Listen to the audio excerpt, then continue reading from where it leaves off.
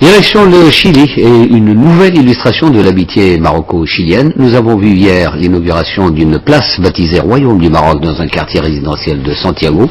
Ce soir, nous visitons le centre Mohamed VI pour le dialogue des civilisations et des cultures, inauguré en 2007, une réalisation qui contribue au renforcement des liens entre les deux pays. Saïd Rennam et Selma Lalami.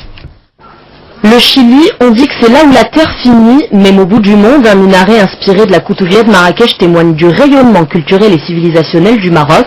Au centre Mohamed VI pour le dialogue des civilisations, le but est de consolider les valeurs d'ouverture sur l'autre, aussi éloignées soient-ils. Ce centre est le premier du genre sur le continent américain. C'est aussi le premier centre établi à l'étranger qui porte le nom de Sa Majesté le roi Mohamed VI Amir Mouminin. L'objectif de cette structure est de rapprocher les Chiliens de l'héritage civilisationnel marocain.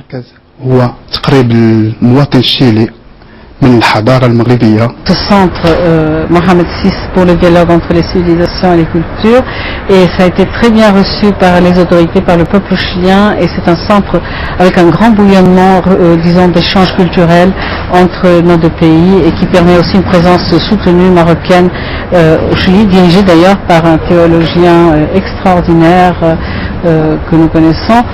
Le centre, qui s'étend sur 200 mètres carrés, a été bâti selon les normes de l'architecture marocaine authentique, renvoyant en 3 époques différentes, Almoravide, Almohad et Mérinide.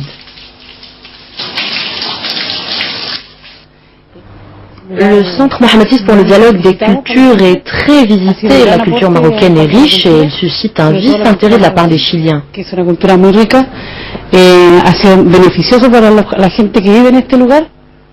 En un peu plus d'une année, ils étaient plus de 40 000 à visiter le centre entre touristes et chercheurs sur le monde arabo-musulman.